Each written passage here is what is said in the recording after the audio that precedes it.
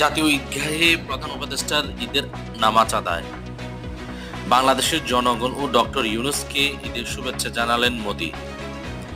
আজকের দিনটা সবাইকে আপন করে নেওয়ার দিন বললেন প্রধান উপদেষ্টা।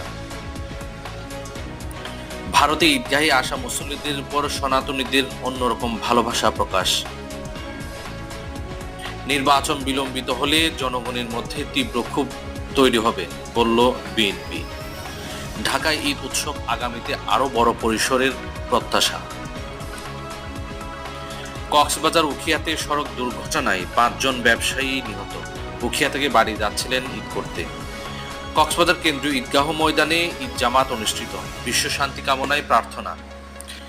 দেশবাসীকে ঈদের শুভেচ্ছা জানালেন প্রধান উপদেষ্টা।